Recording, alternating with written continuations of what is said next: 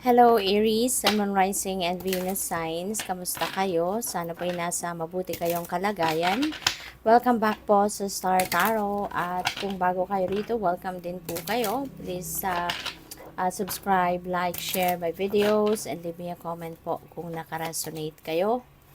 So, oh wow. So, that's nice, no? Meron kayong 10 of Cups. And 10 of Cups is about happy family, domestic bliss. Ayan. So, finally, diba? Maaring ito na yung kasagutan sa inyong dasal, no? Na magkaroon kayo ng magandang samahan sa pamilya, magkaroon ng magandang relationship, sa bawat isa magkaroon ng pagkakaintindihan, more love and harmony for each other. At saka po pwedeng merong wish fulfillment din dito, Aries. Baka ang iba sa inyo nag-come to fruition na yung ibang wish ninyo para sa inyong pamilya.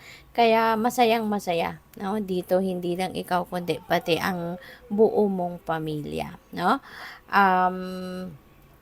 Si Ten of Cups din po, pwedeng ang iba sa inyo dito, baka meron kayong reunion, family reunion, or baka magkakaroon ng pagtitipon ang other members of the family dahil baka meron kayong mahalagang pag-uusapan, baka merong mahalagang um, pagdi-discuss, no, na gagawin dito for all of you, 'di ba, sa pamilya. So, 'yun, pwedeng meron din dito mga banding, no, banding activities na gagawin kayo for the whole family. Kaya good luck and have fun.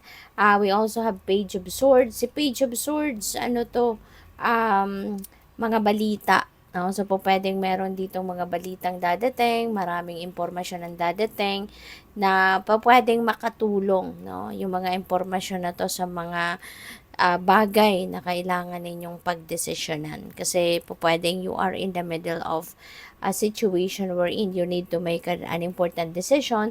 So, baka yung paparating na mga mensahe sa inyo dito could help you, no, na mag-gain kayo ng enlightenment at makatulong, no, na maging malinaw ang direction na tatahakin ninyo rito sa decision making na gagawin ninyo.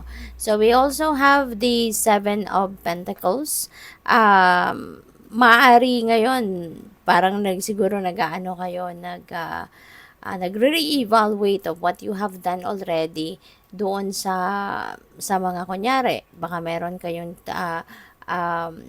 endeavor, 'di ba, na sinimulan at pwedeng consistently or religiously talagang nagsikap na kayo, ginawa na ninyo ang lahat, no, na sa tingin ninyo kailangan ninyong gawin para, alam mo yon, ma-achieve mo kung ano man ang kailangang ma-achieve dito. So, pwede, no, na sa ngayon, you are re-evaluating what you have done already kasi nakikita mo na, baka, ano kaya, kulang pa kaya ang ginawa ko? Kasi baka nakikita mo na parang wala pa, no, malayo pa sa katotohanan. Kumbaga, yung bunga ng pagsisikap ninyo, 'di ba? Parang hindi mo pa 'yon nakikita na talagang, alam mo 'yon, magka-come to fruition na yung goal mo rito, no? So, kaya mapapaisip ka siguro, mapapa-evaluate ka. Ano kaya, 'di ba, ang kailangan ko pang gawin? So, what else? Maraming salamat pala, Aries, for subscribing to my channel. And if you haven't subscribed yet, subscribe na kayo. At saka maraming salamat din for not skipping the ads kasi malaking bagay po yan sa akin. Thank you. And also, kung gusto po ninyo na mag-join sa membership, just click the join button po sa baba ng video. Thank you. So, we have botanist. The botanist, ayan, parenthood and legacy. So, siguro, ang iba sa inyo dito, baka parent na kayo, no?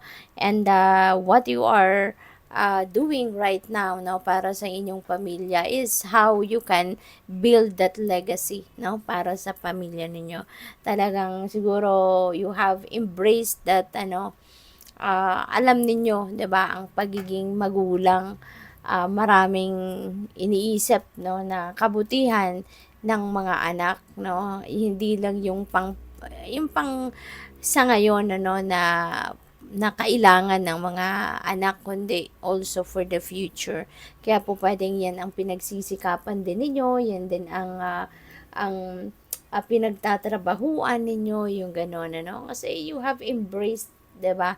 101% the parenthood, 'di ba? Talagang ginagampanan ni Aries, no, ng mabuti ang pagiging magulang, at lahat ng obligasyon at responsibilidad sinisikap, no, na magawa yon para sa mga anak.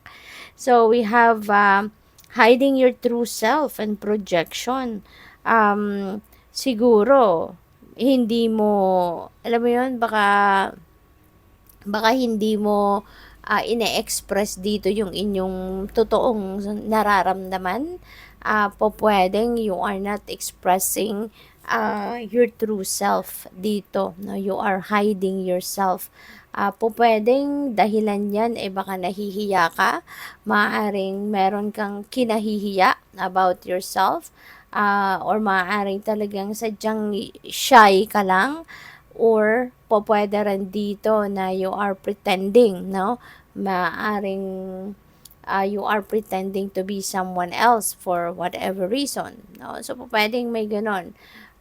So it's depende sa inyong sitwasyon, but yes, siguro ang pinoproject ninyo dito is hindi ikaw yan. O ano yung pinoproject ninyong pagkatao, pag-uugali, behavior, that is not what you are. That's not who you truly are, no? So for whatever reason, maaaring ganon ang ginagawa ng iba sa inyo rito, 'di ba? So this could be baka hindi ninyo, baka ang iba sa inyo na may ganitong energy, baka you are not aware of what you are doing, 'di ba? Pwedeng na-adapt nyo lang yan sa iba, nakasanayan nyo na hindi na natanggal sa inyo, 'di ba? Kaya this could be a heads up para sa iyo na Aries, ganito ang nangyayari sa iyo. Okay? So maybe, 'di ba? This is the time, no, na maiisip ninyo 'yon, at mas maganda, 'di ba, na maging kung ano yung tunay na ikaw, kung sino yung tunay na ikaw, baka ma-realize mo din ngayon na oo nga, parang hindi mo na kilala ang sarili mo kasi baka nakalimutan mo na you are just projecting to be someone else, 'di ba? So baka ma-realize mo din 'yan. Now, one of these days, maaaring magkaroon ka ng realization na it's about time na din, 'di ba? To be true to yourself kasi mas masaya, no? Mas masaya yung you are expressing who you truly are. So we have the champion kasi 'di ba, yung wala kang tinatago, you know.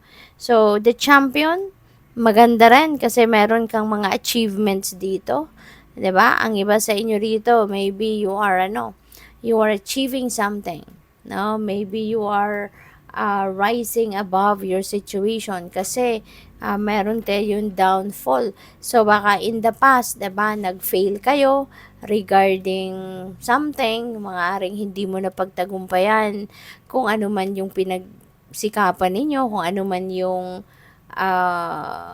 man yung goal ninyo, maaaring hindi ninyo na-reach, 'di ba, in the past. But ngayon, 'di ba, hindi kayo sumuko. Hindi kayo nagpatalo sa failure at bumangon kayo, and now maybe finally you are achieving, 'di ba? You are achieving what you really want to have, what you really want to achieve. Kaya congrats sa iyo kasi ang pagsisikap talaga, 'di ba, nagbubunga ng maganda. So sa ngayon, nandoon na kayo sa puntong finally, 'di ba, nakapag-bounce back na kayo.